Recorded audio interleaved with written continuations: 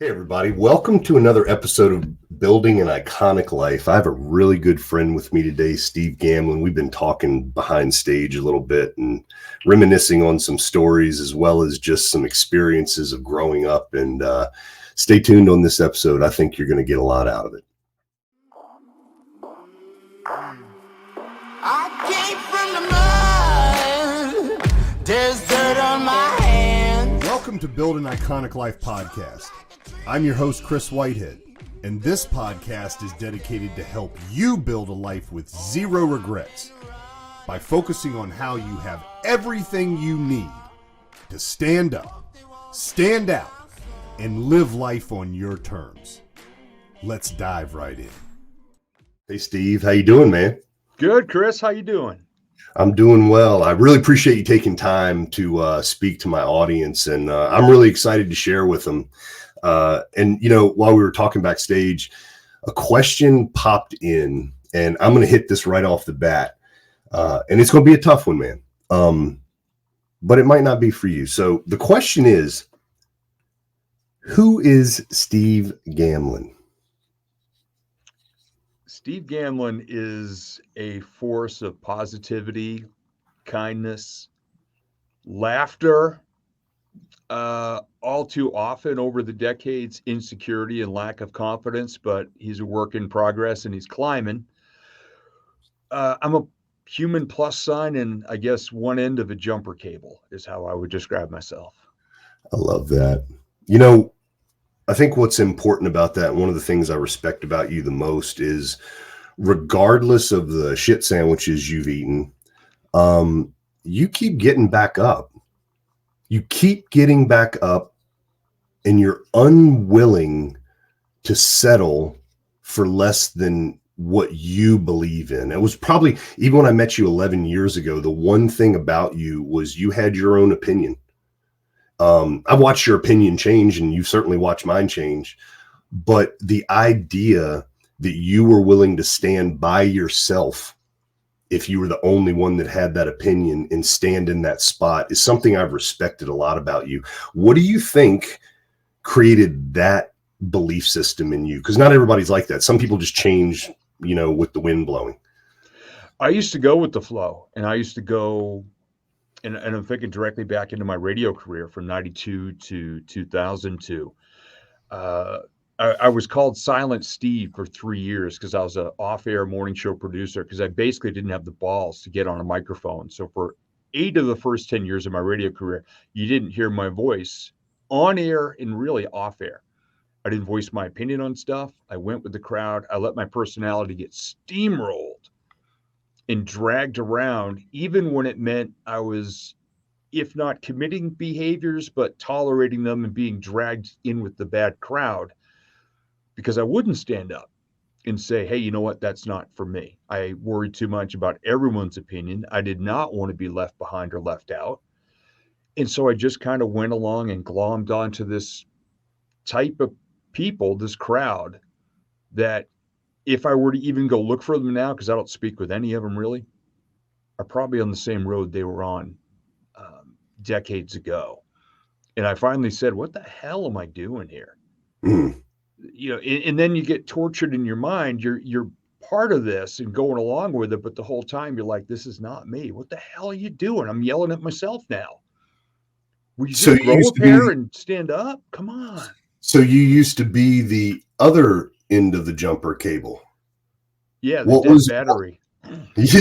What was the thing that created the straw that broke the camel's back for you? Because it takes a lot of courage to stand up. Whole lot. Yeah. I would say my first marriage falling apart because I was every relationship up until then, and this was at this point was in my early to mid 30s when we got divorced. Chronic people pleaser, chronic rescuer of people who'd, you know, been dealt bad hands or been put up with bad people and been damaged, and did not voice my opinion, did not assert myself. If there was conflict, I just shrunk back into the shadows, didn't raise my voice, wasn't open and honest about my feelings. I would just say, I'm fine, and shut down. But every once in a while, it would just blow up completely. And we're talking volcanic, that you could not cork that volcano. You Yeah, I'm the probably president didn't of that. deserve everything that came out, but it was all coming out regardless. And that's how I purged. And then what did I do? Went right back to the same thing of shutting down, tolerating, going with the crowd, even though there was that person screaming inside me, get the hell away from this. You're better than this. But yet you just keep falling prey to every other force around you. When I got divorced, I started spending a lot of time alone. My radio career was also gone.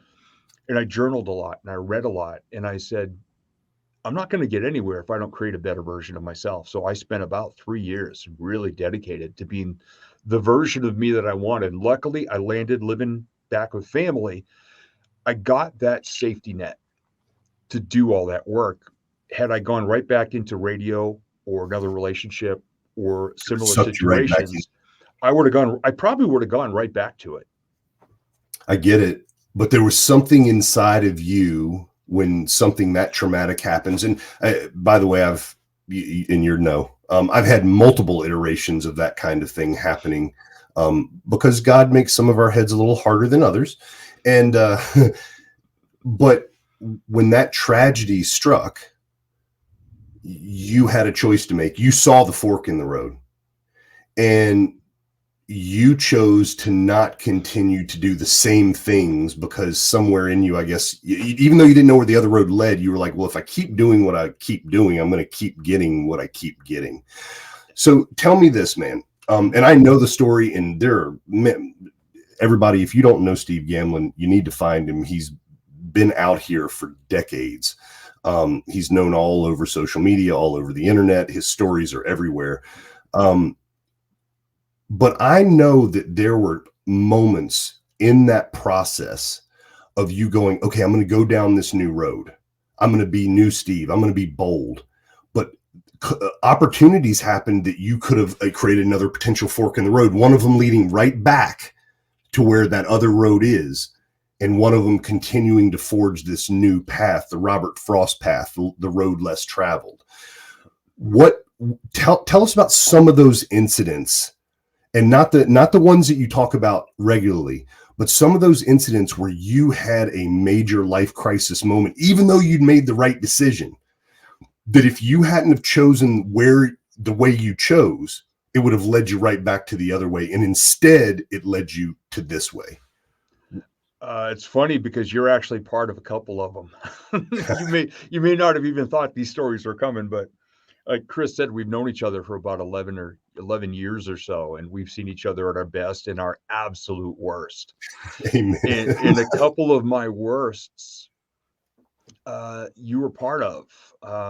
I've been a speaker now for almost 20 years and an author and a program creator. But I'm one of those people that the confidence when you first met me was just not there. I mean, I could create some cool stuff, but I didn't have the guts to push it out there.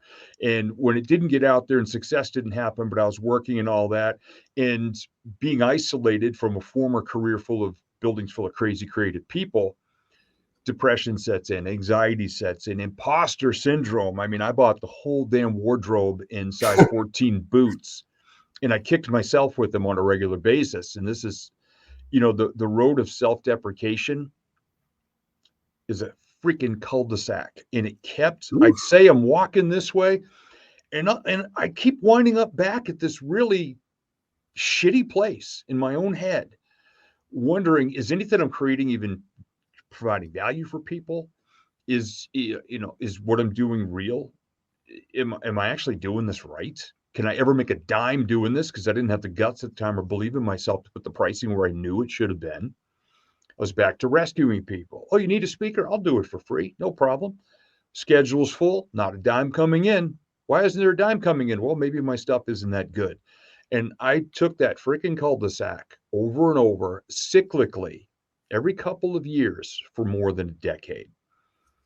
And when you and I first connected to put me up on stage, hey, Steve, I don't really know you, but I like your stuff.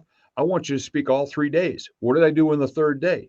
Imploded, self-destructed, woke up in a bad mood, was running out of material, took a huge dump all over myself on stage in front of a crowd of people, telling them I'm not worth shit and reinforcing it to myself. You kicked me real hard after the event, said if I ever catch you being self-deprecating like that again, we'll never work together again. That was the seed that started me to get through that. And it's been a decade of growth of that. Now, another low point happened a few years ago. The business was starting to pick up. I had a product out there, which I still promote today, which is very good and very effective for my clients. But I'm a visionary, not an integrator. And when I tried to be an integrator, I created the system and the processes because I wasn't willing to ask for help. And that whole website that I created got corrupted by Chinese pornography and got shut down. And you happen to reach out to me like people always do. God sends angels, and some of them are just friends who are checking in on you. And you said, how's your program doing? And I had a one-word answer, dusty. I had one copy left, and it was sitting on my shelf covered in dust because I had not done a damn thing. I was back in the cul-de-sac.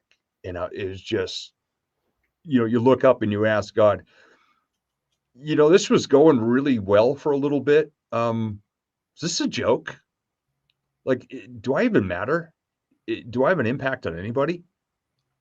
And you called me one night and said, hey, bro, you got a minute? In about 3 or 4 hours on the phone later, I not only heard the end of the Red Sox game of them winning, I actually heard from down the hall the entire 2.5-hour recap of the Red Sox. So on the same call, they won twice. And you connected me with an integrator who helped me get my business to the next level. So every time I get in that cul-de-sac, and if I go down this road of not believing in myself, losing my confidence, not being as creative as I could be, not being as on fire and electric as I could be, people keep showing up, and I know whatever you believe in, God, a higher power, whatever you believe in, be aware when those people and opportunities show up in your life because they're there for a reason. And for me, it's always been rescuing me from the version of myself that I used to be. And the last go round of that, I haven't really been on that cul-de-sac in quite a while now. And if I ever feel like I'm slipping into it, I reach out to people and I connect with people and I'll look in my mirror and say, all right, what about this is bothering me?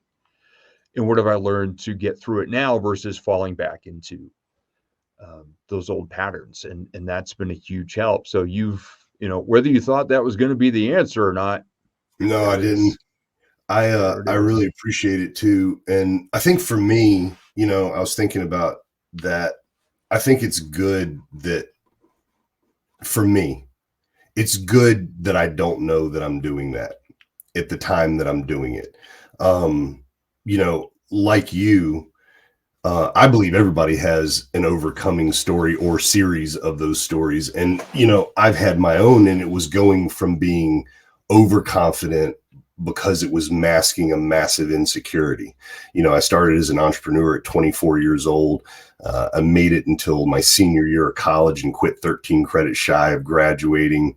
My stepmom literally said that will be one of the biggest regrets in your life.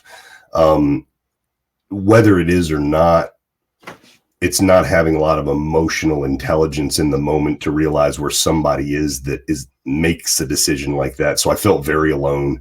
And in order to overcome that as a very young entrepreneur, I was very cocky. To the level of some, no, but for me, yes. The whole impetus of building an iconic life is, as I started to make changes in myself, one of the things is I started to see those seeds in other people. And like you have declared in this podcast, I was a classic codependent, bro. I would give everybody the shoes, the shirt off my back, my car, all my money. And then I would go home and mama would look at me and go, well, did you make any money this week? And I was like, yeah. And I gave it all to him. And, so I didn't understand systems and I didn't understand how things work properly. But as I started making those changes, I started having to make tough decisions like you have. And as I made those every single time, bro, when I got to what I thought was the end, God would send someone. And I started wanting to be more like that. I want to be that kind of helper. And the cool thing of being that kind of helper is I don't get to claim any authority over it because I don't even know. I just felt urged to call you. It's a good friend. How you doing? What's going on? We're doing some new stuff. Hey, I wonder if, and whether the answer is yes or no, it doesn't matter. But I've now had so much tenure over 15 years of doing this and 11 years online of doing this and enough success that I've started to see the growth in other people. And I started to understand what my purpose is. And that became my impetus of going, what's going to make you iconic in life, really iconic, is when you live your purpose. No one else on earth is exactly like you. No one else will ever be like you. No one ever was exactly like you. And wouldn't it be the greatest tragedy on earth if you never learned how to sing your song? And so that's become my greatest pleasure. And that's a legacy, bro. And what I knew about you is behind that mask that you were wearing. And by the way, we were all still figuring out how to talk in front of people on stage. By the way, it's one of the scariest things on earth. So yeah, you put out what you think people want to hear. But I knew right behind that was a heart of someone, because in the story that you told, I remember you talking about your best friend that day. I remember you talking about the golf club that day. But right behind that story was a heart of a man that means to impact the world with goodness. And to see you not quit on yourself is the most inspiring thing for me, because I had been around a lot of people up until I started making some changes that not only quit on themselves, but actually blamed other people for it and justified it. And that really screwed up my young mind. Really, really, really put me on a track of not being, having ownership over myself. And as you've started to claim ownership, like real, I am Steve Gamlin, what are some of the greatest lessons that you think, like 2 or 3 of the greatest lessons you think you've learned about what it is to be human, about what it is to shine your light, and about what it is to continue to do the work regardless of the result you get? I've got one of those lessons that I live by every single day, and it was from observing one of my grandfathers, who was a simple dude, and he was a carpenter his whole life, great family man. He would leave, and I would watch him do this. He would just leave situations better than he found them. I mean, if something had blown over on your lawn and he was driving by, he'd go prop it back up. If the picket was broken on your fence, he'd go home, get a stubby little carpenter pencil, put it on his ear, go back, measure it, make a picket, put it there. You'd never know he'd been there. So in his simplest ways, he would leave situations better than he found them. I do this all day long because so many people think, well, you got to do these big grandiose gestures. Nope. I hold doors for people. I make people laugh. I thank people. I pay compliments to people. I rescue shopping carts. At the grocery store, shopping cart rodeo is my favorite way to do this. And when I'm feeling down now, I'll literally go into the bathroom, look in the mirror and say, all right, we got to go help somebody. And I'll just drive into town. I'll ask Tina, you need anything in town? I'm going into town. And I just go out and I just love on people for 5-10 minutes. And then I come back home and I'm better. So when I'm feeling down, most of what it is, especially the last 2.5 years of COVID and all this stuff, is I miss the connection. And anytime I have a connection, for me, it's an opportunity to leave it with a plus sign or 2 or 10. So that's the rule I live by every single day. And I used to blame not so much other people, even if they deserved it. I used to blame myself for everything. I would just shit all over myself in the mirror every single day. And when I stopped doing that, there's a exercise I do with my clients, especially when they're brand new. I say, all right, 7-day test. I want you to go in your mirror for 7 days, put a pen and a sheet of paper in your bathroom. I want you to start at the top of your head and look down. You find something you like or respect or admire or even love about yourself every single day. And the first day, I'm just going to give it to you. You're going to start at the top, go to your feet and go, well, shit, at least my socks match. Write that down. And the next day, and the next day, and the next day. Because once you start treating yourself better, I believe you're going to automatically start treating other people better. And it's going to be more real when you do. And so I leave the house every single day with the intention of leaving a situation better than I found it. And if I'm not leaving the house, I'll come into my Zoom room, record a video of myself cheering somebody on and send them the video. Yep. You've been If you're doing there that in person, man, we're gonna send these plus signs halfway around the world if we have to, just because you sense that somebody might need it today. And the person who actually gets the most out of it most days, probably me. You know, when I was in my final year of school, and a student professor was walking in front of me, and he had an old army green backpack, you know, just gnarly. And stitched on there was practice random acts of kindness and senseless acts of beauty.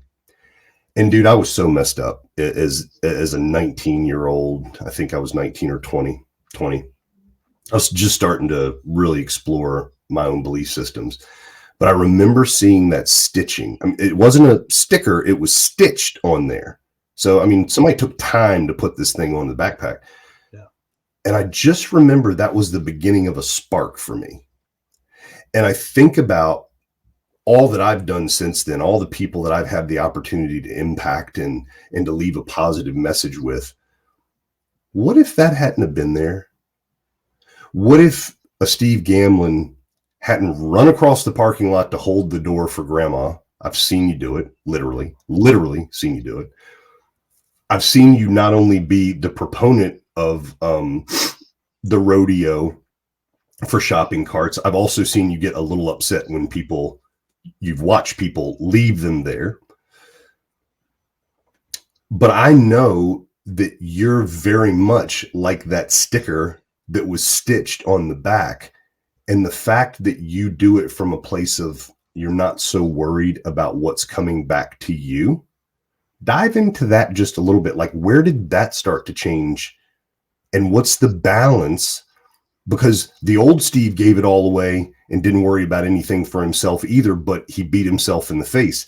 Now you give it all away, but it lifts you higher and higher. Talk about that narrow pathway that you have to walk with being a go-giver. The decision to do it unselfishly, I think was where it really hit for me, because we see these, TikTokers and YouTubers and influencers, a word that just makes me want to like throw up in my mouth a little bit. Yeah. See these people out there and they're doing these videos, and most of them are faked, and you've seen it and I've seen it. It's all total horseshit. They're on a camera with a camera person. Hi, are you homeless? Yes, I am. Well, I'm going to give you this $100. No, wait, 200. No, wait, 300. Boy, I'm just helping you out today, aren't I? And I see people doing that, and I'm like, I'm just giving the finger to the screen the whole time. I don't begrudge anybody for giving to others, but if you do it in such a way, and my family and I have our own 501c3, it's called Beach Bum Philanthropy. We talk about stuff we've been able to do, but what we do is we educate people with it. Today we got to do this. It's the mindset of not I did this, it's I got to be a part of this. I got to meet this person. I got to hear something about this person. And because of the generous people I choose to align myself with, we were able to help this person out. And by the way, here's how you could do it for nothing or just a little bit. So I come to it from a way to educate others so they can start to feel the same joy in their lives that I feel, especially when I was at my lowest. Because even when I was crapping all over myself in the mirror, I could still go out there and do an act of kindness. What I finally started to do was realize that I wasn't expecting anything out of it. And when I stopped thinking that I needed something back or nobody's doing anything to help me, I just did it from a place of love. Yep. And all of a sudden I found out that's what had been missing all along. And me too. Great. And all of a sudden these amazing things started to come my way. even though I wasn't expecting them, or, if this, then this. It wasn't like the old computer language, like push this, this happens. Mm-hmm. It just started happening, and it's happened over and over. And man, you've been a part. I know you wouldn't say this, so I'm going to say it. You've been a part of so much of the giving that we've done, because we have several shelters we help out. And when we go there, even with the tiniest little things, I'll say, what else do you need? Well, one time they said, it's too big. I'm like, what do you need? No, I don't want to. What do you need? Our stove blew up. Okay. 5 families that live in this place, all moms with kids who are getting back on their feet. I said, okay. I said, we don't have the funds right now to take care of that. But as you know, I know some really cool people. And I came home and I called you. And it started off as, Chris, do you know anybody who repairs appliances? And 5 minutes later, you went, well, hang on, dude, how much can a stove cost? And within, another couple of minutes, there's money in my account for you. There's money from Tina. There's money from me, because something good had happened for me that week. A little extra came in. And all of a sudden, I got to call this place up, because coming from a place of love, we never put a picture of it online saying, look what we did. Right. We got to put a brand new stove in a shelter that helps 5 moms cook for their kids while they're getting their lives back together, because of alignment. What do you always say? Alignment's greater than assignment. The people you choose to run with, when you start to identify at that level of goodness and not putting yourself down here anymore, you start to see who you could really be. And to me, giving and love, it's a game.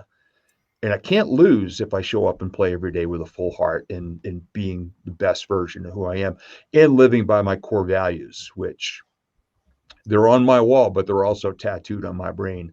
And basically, like that backpack, you could put a sticker on a backpack. When somebody stitches it on there, they freaking mean that message. That's an in stone version. If you take time to stitch, which for me, I can't even imagine being that patient. They really meant it. Now, you saw it, and I was on my own path, but now I'll never forget that backpack that you told me about that impacted you when you were like 19, 20 years old. Yep. Come on, man. That's forever now.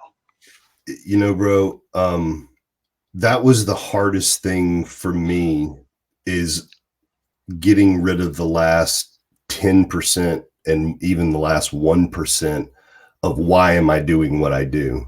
And for so long, I lived in a state of desperation, because I didn't feel like I'd received all the things that I deserved to receive, that everything that I gave came with a boost.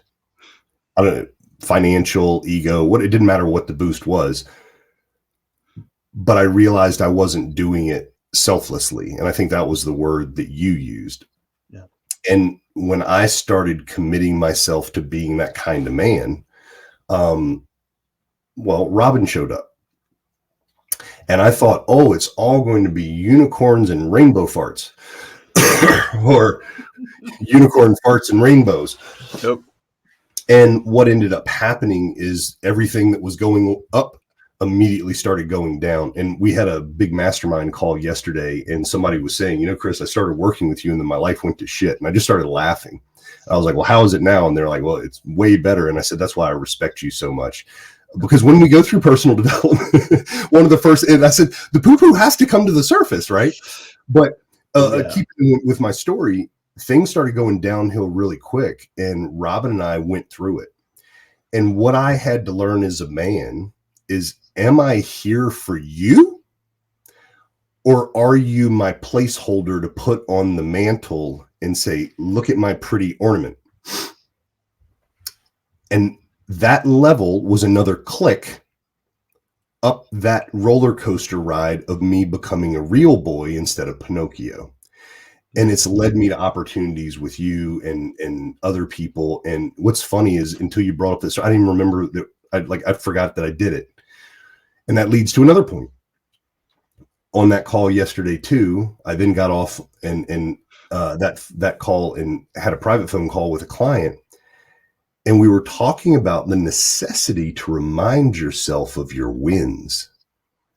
And I think sometimes what a lot of people do, I know I've been guilty of it, I'm sure you have, I'll go do all these great things and I ignore all the things that I'm doing so that I can remain self-deprecating, so that I can beat myself in the face. And instead of giving from a good place, I'm again now giving from a place of desperation.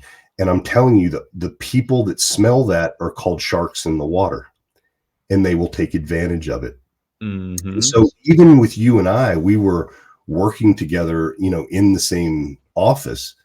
And I remember coming in one day and we had a conversation, and you posted this online, so a lot of people know about it, but it's been impactful for me because ever since we've had this conversation, I literally every day the only days that I haven't done is when she gets up before me. And by the way, she now does it for me. Yeah. But every single day since this time I've done this, and I want you to tell people, because you know what it is. I want you to tell people this little act of kindness that you do for Tina every single morning. And what the impact, do you believe what the impact has been? I want to hear from you what you think it's done for your relationship. Yeah. Just coming from that place of giving, not from lack, but just because. I mean, you just feel it's in your heart. In so many people in relationships, well, I don't want to be too nice right out of the gate. They'll take advantage of me. Well, that's a shitty strategy. Or I don't want to do this, or I would do this, but she, this partner hasn't done anything for me, and I'm whatever. Throw all that crap. I mean, just flush it right down the toilet. Just do because it's who you are and it's what you want, with no strings, with no connections, with nothing. And I remember that day conversation. You were actually one of 3 people in a short span of time that I shared the advice with. And I believe there were 2 of you still doing this. I always ask, does your wife or partner, spouse drink coffee? Yeah. What's the favorite flavor? I don't know, but they got them pods all over the place. Okay. Tomorrow morning, set up the Keurig, make sure there's enough water in the reservoir, put the pod up top, put their favorite mug right there in the front. And if you can set the timer, great. If not, leave a note. Hey, babe, coffee's all set. Have a great day. Love you. And just walk away and expect nothing. Don't use it as leverage. Don't use it as a chip to call in a favor later or a forgiveness. Just do it because it's love. You're going to feel amazing walking away from that. And what happened with you was you got a text from Robin saying how much she appreciated it. And I know that that's been a regular thing all this time. And some people go, well, I did that. Now what do I do? Do it again. Yeah. I leave notes for Tina all the time. We have this little sticky note pad, and I think it's called like the nag list or something like that. So I never write on the nag list side. I flip it over and I'll just draw 2 hearts, which is the 2 of us, or 143, which is the text code for I love you. 1 letters, 4 letters, 3 letters.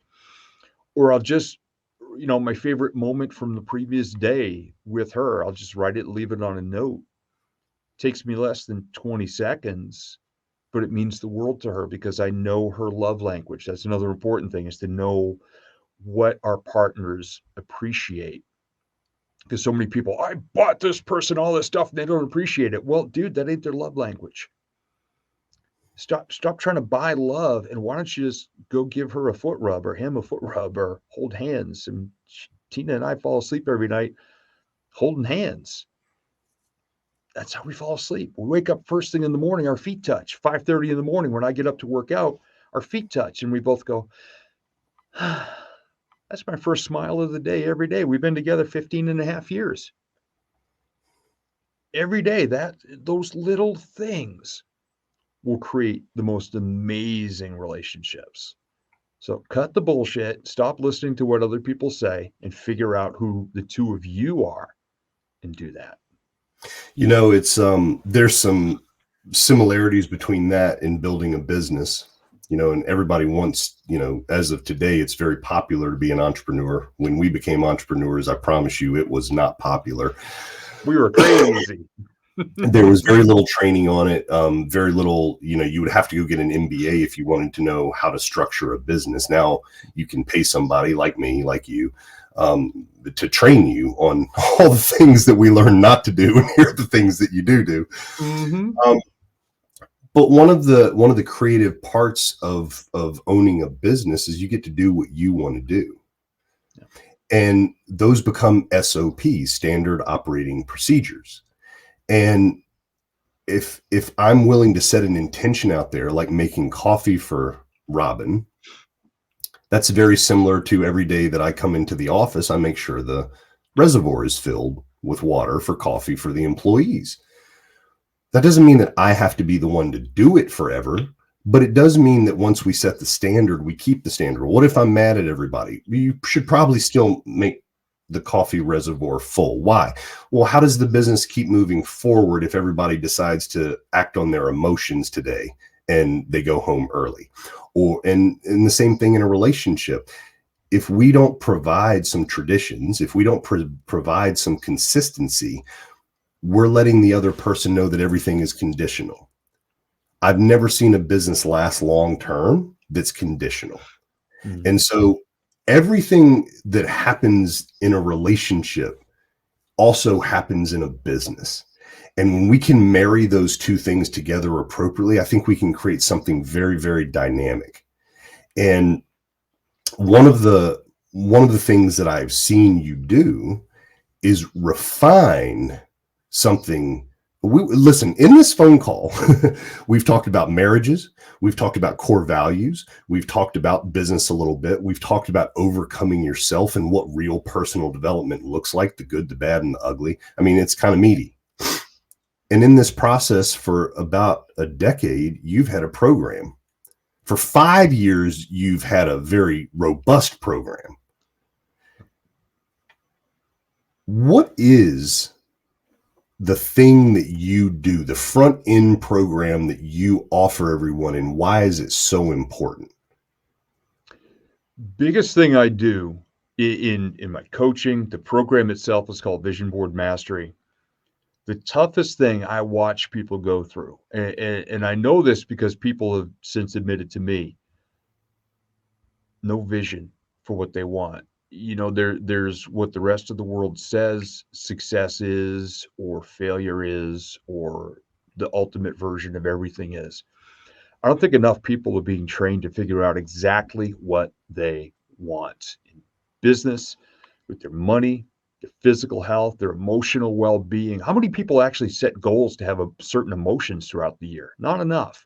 Right. Their relationships, their core values and ethics that guide them, their faith and spirituality, if they believe in God or higher power, whatever it is, and their connection to the world in a real way. That's 8 categories. But yet, most people are out there just thinking it's the almighty dollar, it's the stuff, it's the bling, it's the show, it's the image. And I think that creates such a big rift for so many people. And that's where you get the anxiety, the depression, the addiction, the alcohol, the drugs. All of these things, because there's this false ceiling out there that everybody's aiming for, that people of authority keep telling us that's what it is. That's everything. That's a bunch of crap. You know, my whole mission is to get people to understand exactly what they want, what it looks like, feels like, sounds like, smells like. Understand why they want it in a deeply rooted emotional connection. Why? I'll make you cry because somebody did to me in about 2005. Why do you want to become a speaker? And right about the 17th why, he hit the nerve, and I've never forgotten it since. So I work with people to understand what they want and why they want it, and then build an action plan to get there. And I use it through vision boards and visualization. Now, what do most people think of with vision boards? An arts and crafts project. Mm-hmm. Resolutions, New Year's resolutions, goals. Vision board art project, vision board mastery. We go deeper and build higher. The people I work with, I've just worked with some amazing people. When we first started working together, I saw my old self in them, and I took great interest and pride and passion and just loved on them and slowly educated them because I didn't want them to run and hide like I would have done 20 years ago, even 12 years ago. And I'm just watching these people just fly and live and love and be and creating the best versions of themselves all the way around that life wheel. and not just think that success is the do all, end all, money and material things. And I do that with individuals, with entrepreneurs, and even inside of company teams. My biggest client I'm working with again this January for the 15th year in a row. They've got all the recordings. They've got my program. They've got the lessons, but yet keep bringing me back live. And I asked the CEO, Mother Goddess Jennifer, I said, Jen, you got all the videos. Why am I back here again? Why are you paying for me to be here? Thank you for the check, by the way. And she said, there's nothing like having Steve Gamlin in the room. She goes, you notice I sit at the front table every year. She's 3 feet from me every year.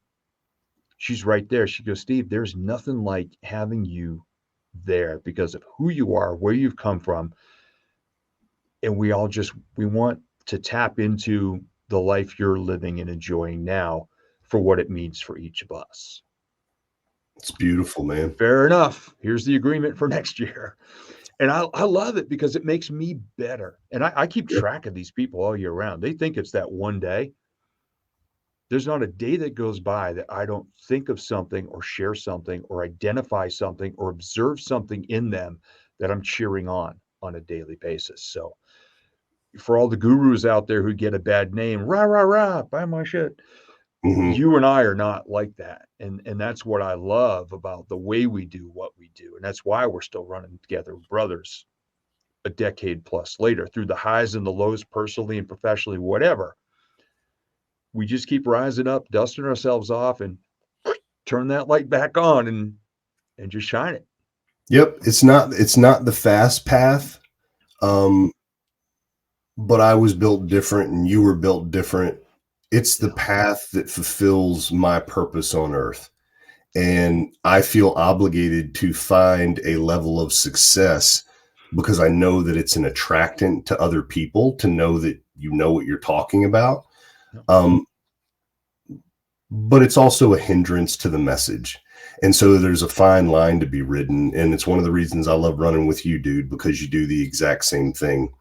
All right, we're going to wind it down. This is actually one of the longest shows we've had so far, and I appreciate you taking time, Steve. If people want to get in touch with you, what's the best way for them to reach out to you? Nice and easy. Go to stevegamlin.com, and that's Steve, Gamlin.com. Brand new website that I am so proud to have recently revealed, and just going to do some great things with it. Appreciate you, brother. And I tell you what, man, you are a representation of what Iconic is, especially in my heart. You've helped me out more than you know. And I look forward to getting you back on the show sometime, man. Take care. Yes, sir. Thank you, Chris. I came from the mud. There's dirt on my hands. Strong like a tree. There's roots where I stand. Hey, friend, if you enjoyed listening to this podcast, please leave a review and subscribe to catch future casts.